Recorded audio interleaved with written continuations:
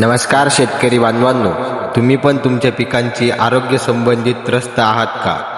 तर आम्ही आणले आहे एमवेको कडून येणारे 3 प्रकारचे बूस्टर.